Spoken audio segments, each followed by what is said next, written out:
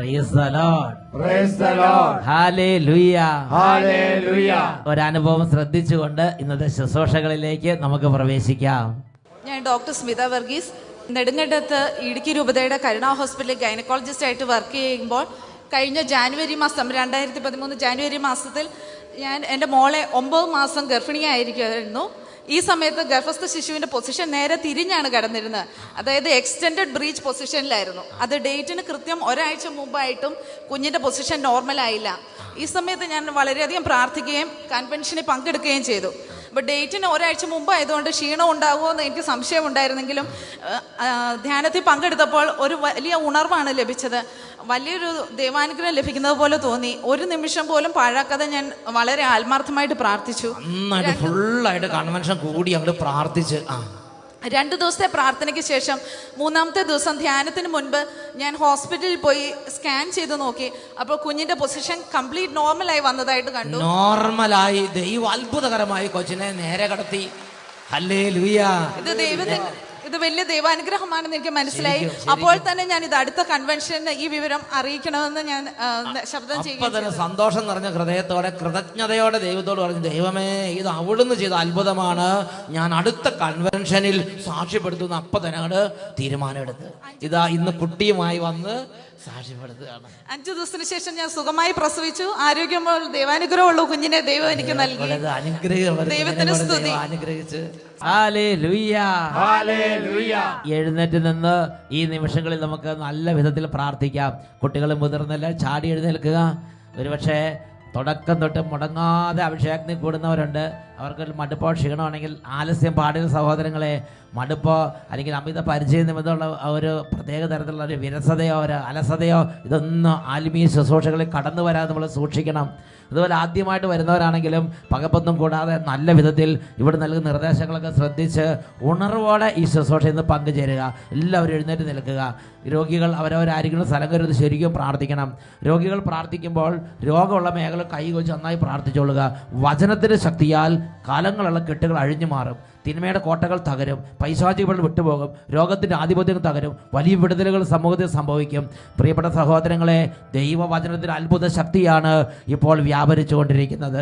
യെശയ്യാ പ്രവചനത്തിൽ 40-ാം അധ്യായത്തിൽ 12-ാമത്തെ തിരുലിഖിതത്തിൽ അവിടുന്ന് പഠിപ്പിക്കുകയാണ്, കൈക്കുമ്പിളിൽ ആഴികളെ അളക്കുകയും ആകാശവിശാലതയെ ചാണിൽ ഒതുക്കുകയും ഭൂമിയിലെ പൊടി അളവ് പാത്രത്തിൽ ഉൾക്കൊള്ളിക്കുകയും പർവ്വതങ്ങളുടെ ഭാരം വെള്ളിക്കോലിൽ നിശ്ചയിക്കുകയും കുന്നുകളെ തുലാസിൽ തൂക്കി നോക്കുകയും ചെയ്തവൻ ആരാണ്? ആരുണ്ട് അവിടത്തേക്ക് ഉപദേശം നൽകാൻ? ഏത് പ്രബോധകൻ അവിടത്തേക്ക് പ്രബോധനം നൽകും? അവിടുന്ന് ആരിൽ നിന്ന് ഉപദേശം തേടി? ഓ, വലിയ ദൈവമാണ്, സർവശക്തനായ ദൈവമാണ് ബൈബിളിലെ ദൈവം. അവിടുന്ന് തൻ്റെ ഇഷ്ടത്തിനനുസരിച്ച് ആകാശത്തിലും ഭൂമിയിലും പ്രവർത്തിക്കുന്നു. പ്രിയപ്പെട്ട ദൈവമക്കളെ, ആ മഹത്വത്തിൻ്റെ കർത്താവിൻ്റെ മുമ്പിൽ എളിമപ്പെട്ട് പ്രാർത്ഥിക്കണമെന്നാണ് ദൈവത്തിൻ്റെ ആത്മാവ് ഇപ്പോൾ ആഗ്രഹിക്കുന്നത്. യെശയ്യാ 40-ാം അധ്യായത്തിൽ 15-ാം തിരുലിഖിതം, കർത്താവേ, ജനതകൾ അങ്ങേക്ക് തൊട്ടിയിൽ ഒരു തുള്ളി വെള്ളം പോലെയും വെള്ളിക്കൊല്ലെ പൊടി പോലെയുമാകുന്നു. അതേ കർത്താവേ, ഞങ്ങൾ തീരെ നിസ്സാരരാണ്. ഇവിടെ സംഭവിക്കുന്ന സകല കാര്യത്തിലെയും മഹത്വം അങ്ങേക്ക് മാത്രമാണ് കർത്താവേ. ഇത് ഞങ്ങൾ ഓരോരുത്തരും വെറും ചെറിയവരാണ്, വെറും ഉപകരണങ്ങളാണ്, തീരെ നിസ്സാരരാണ് കർത്താവേ. അങ്ങയുടെ മഹത്വത്തെ ഞങ്ങൾ ഏറ്റുപറയുന്നു.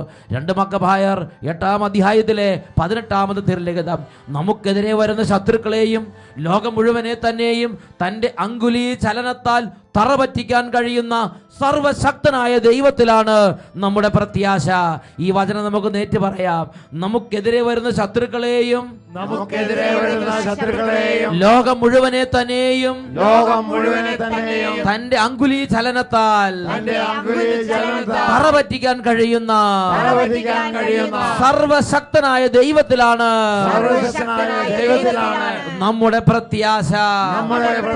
ഓ, ഈ വലിയ ദൈവം, ഈ ശക്തിയുടെ ദൈവം, അത്ഭുതങ്ങളുടെ ദൈവം ഈ മണിക്കൂറിൽ കുടുംബങ്ങളിലേക്ക് തന്നെ ശക്തി വർഷിക്കുകയാണ്. രോഗികളിലേക്ക് തന്നെ അത്ഭുത ശക്തി അവിടുന്ന് വർഷിക്കുകയാണ്. എളിമയോ ഭക്തിയോടെ ദൈവ പൈതലെ ഇപ്പോൾ ആരാധിക്കുക. യൂദത്തിന്റെ പുസ്തകത്തിൽ 9-ാം അധ്യായത്തിലെ 11-ാമത്തെ തിരുലിഖിതം, അവിടുത്തെ ശക്തി സംഖ്യയോ അവിടുത്തെ പ്രതാപം ശക്തന്മാരെയോ ആശ്രയിക്കുന്നില്ല. എളിമപ്പെട്ട് ഹൃദയം തുറക്കുന്നവൻ ആരോ അവിടെ ദൈവത്തിന് ശക്തിയുണ്ട്. എളിമപ്പെട്ട് കർത്താവിനെ വിളിക്കുന്നവൻ ആരോ അവിടെ കർത്താവിന് സമ്പത്ത് വർഷിക്കുന്നു. രണ്ട് കരങ്ങളും നന്നായി സ്വർഗത്തിലേക്ക് ഉയർത്തിപ്പിടിക്കട്ടെ. സർവ്വ മക്കൾ ഹൃദയം തുറന്ന് സമൂഹത്തോട് ചേർന്ന് കൂട്ടായ്മയോട് ചേർന്ന് ഉറക്ക ദൈവത്തെ ആരാധിക്കുന്നു. Hallelujah, hallelujah. ഓ ശക്തിയുടെ അഭിഷേകം, ഓ വൻ കൃപയുടെ അഭിഷേകം, ഓ ഉണർവിന്റെ അഭിഷേകം, ഓ കൃപയുടെ അഭിഷേകം. ഓ അത്ഭുത ശക്തി, ഓ തിന്മകൾ മാറട്ടെ. Hallelujah, hallelujah.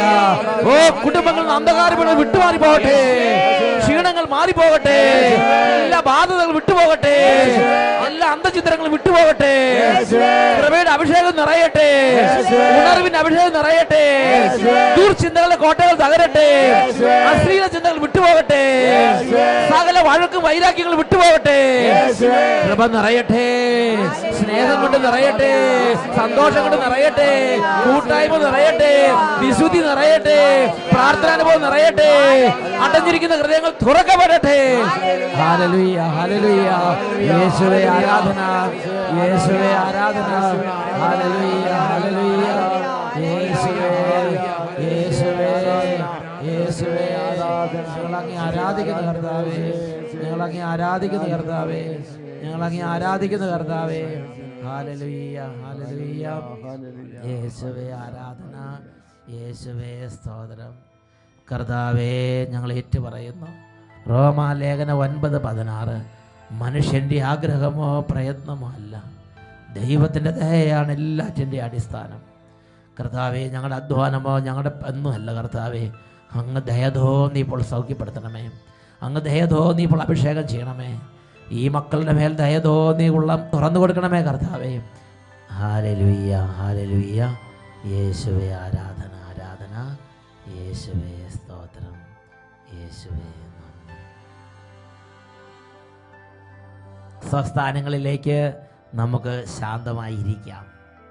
പ്രിയപ്പെട്ട സഹോദരങ്ങളെ, ഇന്ന് നാം ചിന്തിക്കുന്നത് ദൈവത്തെ ആദരിക്കുവാൻ ഉത്സാഹിക്കുവിൻ. സാമുവേൽ പ്രവാചകന്റെ 1-ാം പുസ്തകത്തിൽ 2-ാം അധ്യായത്തിൽ 30-ാം തിരുലിഖിതം, എന്നെ ആദരിക്കുന്നവനെ ഞാനും ആദരിക്കും, എന്നെ നിന്ദിക്കുന്നവൻ നിന്ദിക്കപ്പെടും. Praise the Lord. Praise the Lord. Hallelujah. Hallelujah. വചനം നമുക്ക് നേരിട്ട് പറയാം. എന്നെ ആദരിക്കുന്നവനെ എന്നെ ആദരിക്കുന്നവനെ ഞാനും ആദരിക്കും, ഞാനും ആദരിക്കും. എന്നെ നിന്ദിക്കുന്നവൻ എന്നെ നിന്ദിക്കുന്നവൻ നിന്ദിക്കപ്പെടും. നിന്ദിക്കപ്പെടും. മാറ്റമില്ലാത്ത ദൈവത്തിന്റെ വചനം പ്രഖ്യാപിച്ചിട്ടുള്ള ഒരു ആത്മീയ സത്യമാണിത്. ഇന്ന് ഈ വചനം കേട്ടുകൊണ്ടിരിക്കുന്ന ഒരുപാട് വ്യക്തികൾ ദൈവത്തെ ആദരിക്കുന്നതിന് വേണ്ടി ജീവൻ അർപ്പിക്കുന്നവരാണ്. ദൈവത്തെ ആദരിക്കുന്നതിന് വേണ്ടി ചോര ചിന്തിയും ജീവിതത്തിൽ നഷ്ടം സഹിക്കുന്ന ദൈവമക്കൾ ഇത് കേട്ടുകൊണ്ടിരിക്കുന്നുണ്ട്. പ്രിയപ്പെട്ട സഹോദരങ്ങളെ, അതുപോലെ തന്നെ ദൈവത്തെയും ദൈവിക കാര്യങ്ങളെയും തൃണവൽഗണിച്ച് ഏസാവ് ചമന്ന പയർ പായസം കണ്ടപ്പോൾ ആത്മീയ കാര്യങ്ങളും ആത്മീയതയെല്ലാം പഴകിയ വസ്ത്രം പോലെ ഊരിക്കളഞ്ഞിട്ട് ഇപ്പം എൻ്റെ കാര്യം നടക്കട്ടെ, ഇപ്പോൾ ഈ ആഗ്രഹം നടക്കട്ടെ, ഇപ്പോൾ ഈ സന്തോഷം കിട്ടട്ടെ എന്ന് പറഞ്ഞ് ലോകത്തിൻ്റെ പുറകെ, സന്തോഷത്തിൻ്റെ പുറകെ ഈയാമ്പാറ്റ അഗ്നി കാണുമ്പോൾ പാഞ്ഞു പോകുന്നത് പോലെ, പടക്കളത്തിലേക്ക് പായുന്ന കുതിര പാഞ്ഞു ചെല്ലുന്നത് പോലെ ലോകപ്രകാരമുള്ള സന്തോഷത്തിന് ദൈവത്തെ ഉപേക്ഷിച്ച് പാഞ്ഞു പോകുന്ന ആളുകളും ഇന്ന് ലോകത്തിലുണ്ട്. പ്രിയപ്പെട്ട സഹോദരങ്ങളെ, ഈ കാലഘട്ടത്തിൽ ദൈവത്തിൻ്റെ ഈ ദൂത് വളരെ കൃത്യമായി വ്യക്തമായി നമ്മുടെ ഹൃദയങ്ങളിൽ പതിയണം. എളിമപ്പെട്ട് പ്രാർത്ഥിക്കണം. ദൈവമേ, ഈ ദൂതിൻ്റെ അന്തരാർത്ഥങ്ങൾ പതിച്ചു തരണമേ എന്ന് പ്രാർത്ഥിക്കണം. ഉറക്കെ പറയാ, ഹല്ലേലൂയ, ഹല്ലേലൂയ. പ്രിയപ്പെട്ട സഹോദരങ്ങളെ, നമ്മുടെ ജീവിതത്തിൻ്റെ മിക്കവാറും എല്ലാ നിമിഷങ്ങളിലും തന്നെ നിർണായകമായ ഒരു യുദ്ധം നടക്കുന്നുണ്ട്. ദൈവത്തെ ഉപേക്ഷിക്കുക എന്ന് നിർബന്ധിക്കുന്ന ലോകത്തിൻ്റെ അരൂപി, ദൈവത്തിന് വേണ്ടി വിശ്വസ്തതയോടെ നിലകൊള്ളുക എന്ന് പ്രേരിപ്പിക്കുന്ന പരിശുദ്ധാത്മാവിന്റെ ശക്തി, ഇത് രണ്ടും നമ്മുടെ ജീവിതത്തിൽ നിരന്തരമുണ്ട്. ഇതിൻ്റെ ഇടയിൽ തീരുമാനങ്ങൾ എടുക്കാൻ അവനവൻ്റെ ജീവിതത്തിൽ അവനവൻ വിവേകം കാണിക്കുന്ന അനുസരിച്ച് സന്തോഷമോ ദുരിതമോ വന്നുകൊണ്ടിരിക്കും എന്നുള്ളതാണ് ഒരു യാഥാർത്ഥ്യം. ഉറക്കെ പറഞ്ഞേ, ഹല്ലേലൂയ. ഒന്നുകിൽ നീ അനുദിനം ജീവിതത്തിൽ ദൈവത്തെ ആദരിച്ച് മഹത്വത്തിൽ നിന്ന് മഹത്വത്തിലേക്ക് നീങ്ങുന്ന ഒരു ജീവിതമായിരിക്കും, അല്ലെങ്കിൽ ദൈവത്തെ ഉപേക്ഷിക്കുകയും നിന്ദിക്കുകയും ചെയ്യുന്ന ഒരു ജീവിത രീതിയിലൂടെ കടന്നു പോകുന്ന ഒരു വ്യക്തിയായി മാറും. പ്രിയപ്പെട്ട സഹോദരങ്ങളെ, ദൈവവചനത്തിന്റെ ഉൾക്കാഴ്ച അനുസരിച്ച് നമ്മുടെ ജീവിതത്തെ നമുക്ക് ചിട്ടപ്പെടുത്താം. ഒരു വ്യക്തിയുടെ അനുഭവം നിങ്ങളോട് പറയാൻ ഞാൻ ആഗ്രഹിക്കുകയാണ്. അച്ഛൻ ഒരു നാൾ ഒരു ശുശ്രൂഷ കഴിഞ്ഞ് മടങ്ങി പോരുകയാണ്. അങ്ങനെ മടങ്ങി പോരുന്ന സമയത്ത് ട്രെയിനിലാണ് യാത്ര ചെയ്തുകൊണ്ടിരിക്കുന്നത്. ട്രെയിനിൽ യാത്ര ചെയ്തുകൊണ്ടിരിക്കുമ്പോൾ ഇതാ ട്രെയിനിൽ അടുത്ത കമ്പാർട്ട്മെൻറ്റിൽ ധ്യാനത്തിൽ പങ്കെടുത്ത വേറൊരു ഫാമിലി കൂടി യാത്ര ചെയ്തുകൊണ്ടിരിക്കുകയാണ്. അങ്ങനെ ഞങ്ങളുടെ അടുത്ത് TTR വന്നു. ഞങ്ങളുടെ ടിക്കറ്റൊക്കെ കാണിച്ചു കൊടുത്തു. ഞങ്ങൾ നേരത്തെ തന്നെ റിസർവ് ചെയ്തിരുന്നുകൊണ്ട് എല്ലാം ഓക്കെ, അതൊക്കെ അടിച്ച് അവർ പോയി. അടുത്ത ഫാമിലി അവിടെ ചെന്നു. അവർ 5 മെമ്പേഴ്സ് ഉണ്ട്. കുടുംബനാഥൻ, അദ്ദേഹത്തിൻ്റെ ഭാര്യ, അദ്ദേഹത്തിൻ്റെ കൈക്കുഞ്ഞ്, അദ്ദേഹത്തിൻ്റെ സഹോദരി, അദ്ദേഹത്തിൻ്റെ അമ്മ, 5 പേരടങ്ങുന്ന ഒരു കുടുംബമാണ് ക്യാബിനിൽ യാത്ര ചെയ്യുന്നത്. അവർ ധ്യാനം കൂടിയവരാണ്. അവരുടെ ടിക്കറ്റ് വെയിറ്റിംഗ് ലിസ്റ്റിലാണ്. അവർക്ക് ബർത്ത് റിസർവേഷൻ കിട്ടിയിരുന്നില്ല. അപ്പോൾ TTRനോട് പറഞ്ഞു, 5 പേരുണ്ട്, എറണാകുളം വരെ യാത്ര ചെയ്യുന്നതാണ്. അവർ ബോംബെ നിന്നും ആ ഭാഗത്തു നിന്നാണ്, എറണാകുളം വരെ യാത്ര ചെയ്യേണ്ടതാണ്. അപ്പോൾ TTR പറഞ്ഞു, ഇഷ്ടംപോലെ വേക്കൻസി കൊണ്ട് തരാമെന്ന് പറഞ്ഞ് എല്ലാവർക്കും ബർത്ത് റിസർവേഷൻ കൊടുത്ത്. പ്രിയപ്പെട്ട സഹോദരങ്ങളെ, അതിനുള്ള പൈസ അവർ കൊടുത്തു.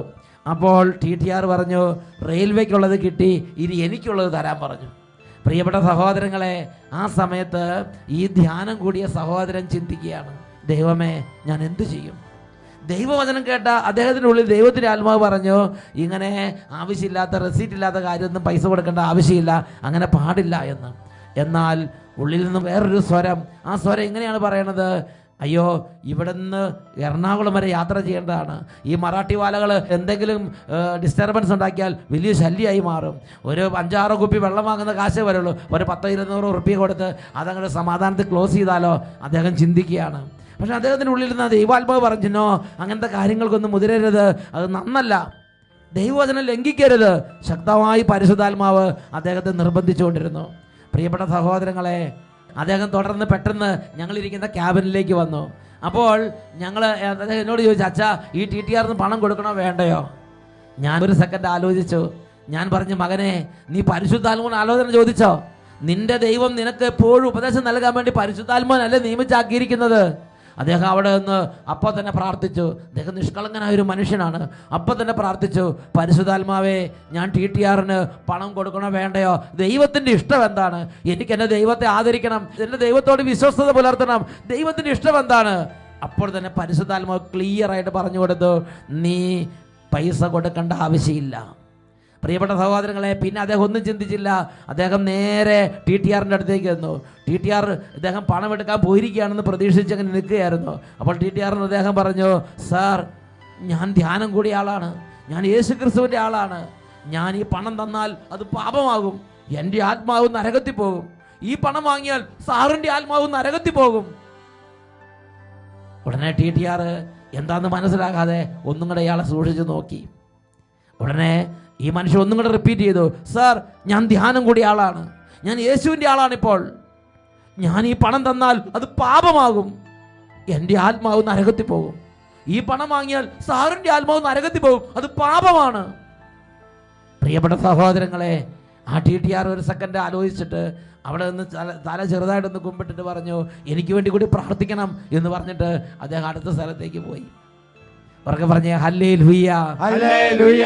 ജീവിതത്തിന്റെ ഒരു കോൺക്രീറ്റ് സാഹചര്യത്തിൽ ദൈവത്തെ ആദരിക്കാൻ ഉത്സാഹിച്ച ഒരു ദൈവ പൈതലിൻ്റെ ജീവിത രീതിയാണ് ഞാൻ അവിടെ കണ്ടത്. പ്രിയപ്പെട്ട സഹോദരങ്ങളെ, ഇതുപോലെ ഒരു 100,000 മേഖലകളിൽ ഓരോ ദിവസവും ദൈവത്തോട് വിശ്വസ്തത പുലർത്താൻ, ദൈവത്തെ ആദരിക്കാൻ ദൈവം നമുക്ക് അവസരങ്ങൾ തരുന്നുണ്ട്. അവിടെ എൻ്റെയും നിങ്ങളുടെയും തീരുമാനങ്ങൾ, എൻ്റെയും നിങ്ങളുടെ ചിന്തകൾ ഏത് വഴിക്ക് പോകുന്നു എന്ന് നാം വിശകലനം ചെയ്യണം. പുറപ്പാടിൻ്റെ പുസ്തകത്തിൽ 32-ാമത് അധ്യായത്തിൽ ഒരു രംഗമുണ്ട്. മോശയും ജോഷുവയെല്ലാം മലമുകളിൽ നിന്ന്, സീനായി മലമുകളിൽ നിന്ന് കൽപ്പനകളുമായി വരുമ്പോൾ താഴ്വാരത്ത് കാളക്കുട്ടിയെ ഉണ്ടാക്കി അഹറോനെ നിർബന്ധിച്ച് ജനമെല്ലാം കൂടി ആ സ്വർണ്ണം എല്ലാം കൂടെ ഉരുക്കി കാളക്കുട്ടിയെ ഉണ്ടാക്കി ആ കാളക്കുട്ടിയുടെ ചുറ്റിനും കടന്ന് അതിനെ ആ വിഗ്രഹാരാധന മുഴുകി തിമിർത്താടി അങ്ങനെ അർമാദിക്കുന്ന ഒരു രംഗം. വലിയ അട്ടഹാസങ്ങളും വലിയ കാഹളധ്വനികളും. പ്രിയപ്പെട്ട സഹോദരങ്ങളെ, ആ സമയത്താണ് മോശ അവിടേക്ക് കയറി ചെല്ലുന്നത്. അതിനുശേഷം അവിടെ മോശ ചെയ്യുന്നൊരു കാര്യമുണ്ട്. അതാണ് 32-ാം അധ്യായത്തിൽ 25-ഉം 26-ഉം തിരുലിഖിതങ്ങൾ. ജനത്തിൻ്റെ അഴിഞ്ഞാട്ടം മോശ കണ്ടു.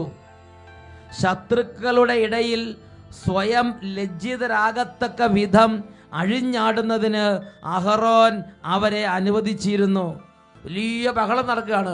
അപ്പോൾ ആ പാളയത്തിൻ്റെ വാതിൽക്കലേക്ക് കയറി മോശ നിന്ന് സർവശക്തിയോടും കൂടെ കൈ കൊട്ടി ഒച്ചയുണ്ടാക്കി ഉറക്കെ വിളിച്ചു പറയുകയാണ്. ആ പാളയത്തിൻ്റെ വാതിൽക്കലേക്ക് കയറി നിന്നിട്ട് മോശ പറഞ്ഞു, കർത്താവിൻ്റെ പക്ഷത്തുള്ളവർ എൻ്റെ അടുക്കലേക്ക് വരട്ടെ. പ്രിയപ്പെട്ട സഹോദരങ്ങളെ, അങ്ങനെ ജനം മുഴുവൻ അങ്ങനെ കൂത്താടുകയാണ്. എന്നാലും മോശയ്ക്ക് ഒരു ധൈര്യം, ഇതിനകത്ത് ആരെങ്കിലും ദൈവത്തോട് വിശ്വസ്ത പുലർത്തുന്നുണ്ടാവുമോ? ഇതിനകത്ത് ആരെങ്കിലും ദൈവത്തോട് വിശ്വസ്ത പുലർത്തുന്നുണ്ടെങ്കിൽ അവരെ പക്ഷത്തേക്ക് ചേർക്കണം. മോശ വാതിൽക്കാർ കയറുന്ന ഉറക്കാനാണ്, കർത്താവിൻ്റെ പക്ഷത്തുള്ളവർ ആരെങ്കിലും ഉണ്ടെങ്കിൽ അവരിപ്പോൾ എൻ്റെ അരികിലേക്ക് വരട്ടെ. ക്ഷണനേരം കൊണ്ട് ആ വലിയ ജനസമൂഹത്തിൽ നിന്ന് ഒരു കൂട്ടം ആളുകൾ മോശയുടെ അരികിലേക്ക് വന്നു. അതാണ് അടുത്ത് തുടർന്ന് നമ്മൾ വായിക്കുന്നത്. കർത്താവിൻ്റെ പക്ഷത്തുള്ളവർ എൻ്റെ അടുക്കലേക്ക് വരട്ടെ. ലേവിയുടെ പുത്രന്മാരെല്ലാവരും അവൻ്റെ അടുക്കൽ ഒരുമിച്ച് കൂടി. അവര് ആ ജനക്കൂട്ടം മുഴുവൻ അഴിഞ്ഞാടുമ്പോൾ, അവിടെ കടന്ന് പലതരത്തിലുള്ള പാപങ്ങൾ അരങ്ങേറുമ്പോൾ, വിഗ്രഹാരാധന അരങ്ങേറുമ്പോൾ, ദൈവവചനം എങ്ങനെ അരങ്ങേറുമ്പോൾ, അതിൻ്റെ നടുവിൽ പാപം ചെയ്യാതെ ആ കൂട്ടത്തിൽ പെടാതെ അവർ തങ്ങളെ തന്നെ കാത്തു സൂക്ഷിച്ചു.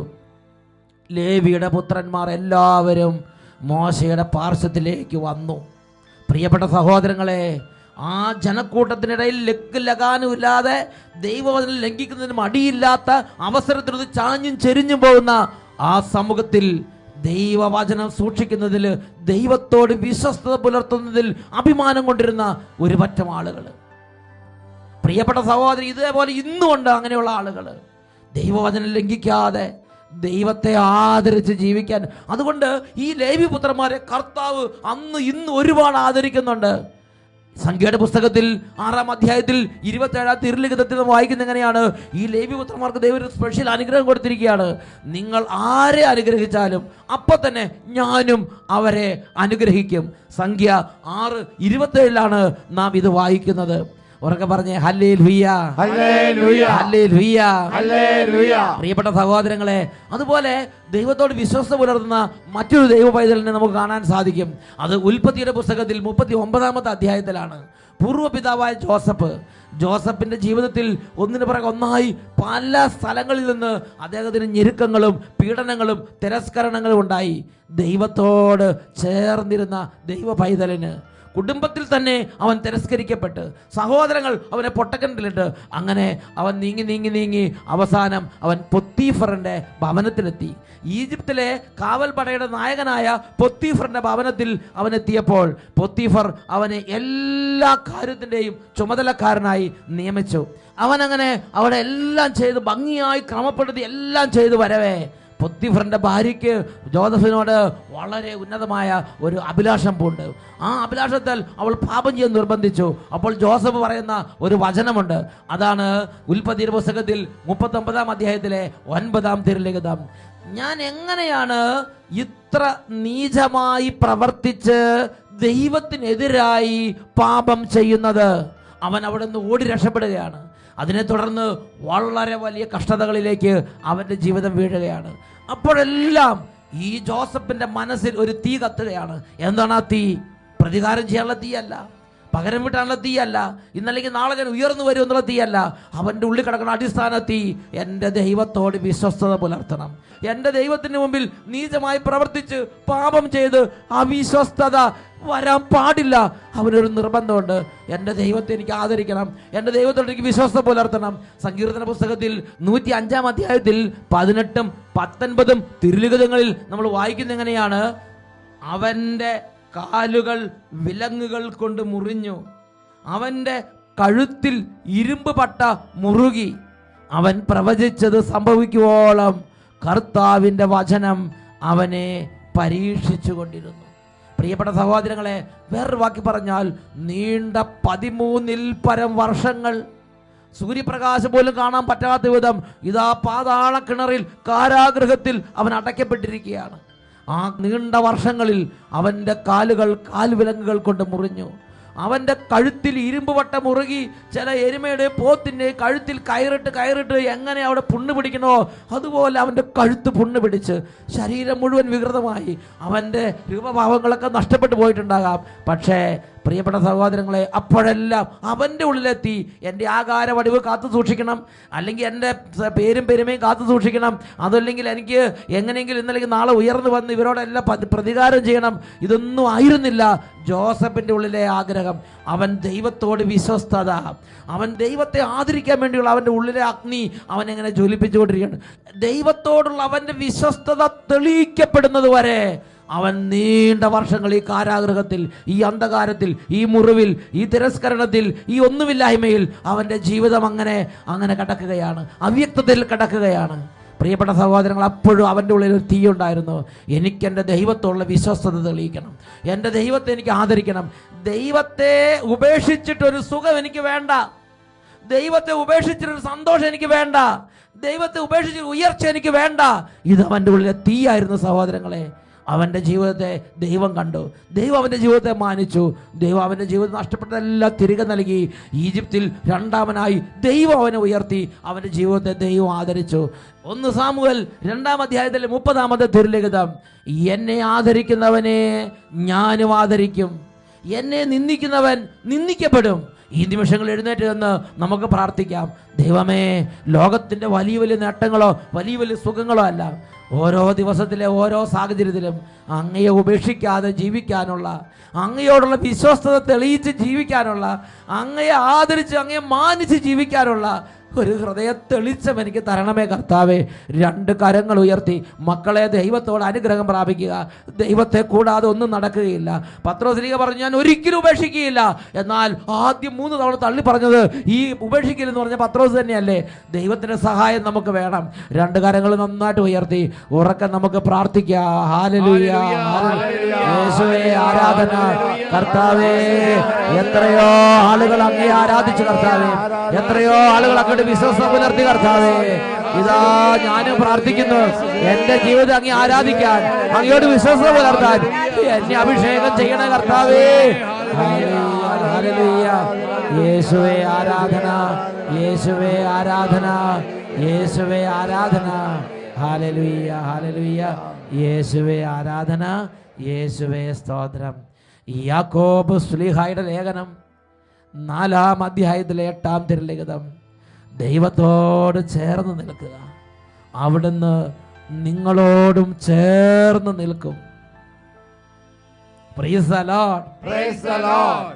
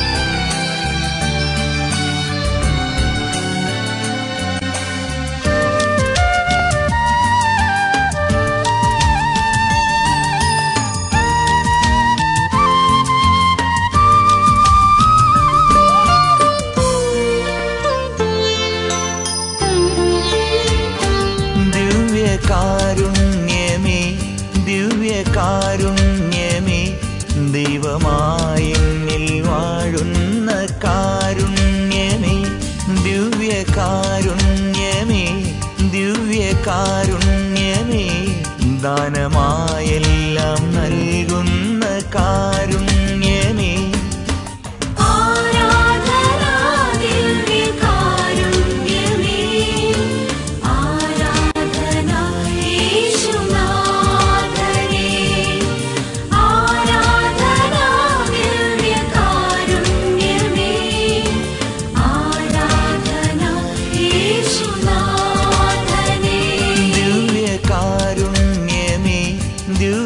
ദിവ്യകാരുണ്യമേ ദൈവമായി എന്നിൽ വാഴുന്ന കാരുണ്യമേ. Hallelujah hallelujah. രക്ഷിതാവായ യേശുവിനെ വിളിച്ച് ഹൃദയം നുറുങ്ങി നമുക്ക് പ്രാർത്ഥിക്കാം. രണ്ട് കരങ്ങളും യേശുവിൻ്റെ സന്നിധിയിലേക്ക് ഉയർത്തുക. എത്രമാത്രം യേശു ഇടപെടാൻ ആഗ്രഹിക്കുന്നുവോ അത്രയും തീഷ്ണതയോടെ യേശുവേ യേശുവേ യേശുവേ എന്ന് വിളിച്ച് വിളിച്ച് പ്രാർത്ഥിക്കട്ടെ. കരങ്ങൾ ഉയർത്തി ഉറക്കെ സ്തുതിക്കുന്നു. Hallelujah hallelujah hallelujah. യേശുവേ യേശുവേ യേശുവേ യേശുവേ യേശുവേ യേശുവേ യേശുവേ യേശുവേ യേശുവേ യേശുവേ മാത്രമൻ സഹായം യേശുവേ യേശുവേ യേശുവേ യേശുവേ യേശുവേ സഹായം യേശുവേ നീ മാത്രമൻ സഹായം യേശുവേ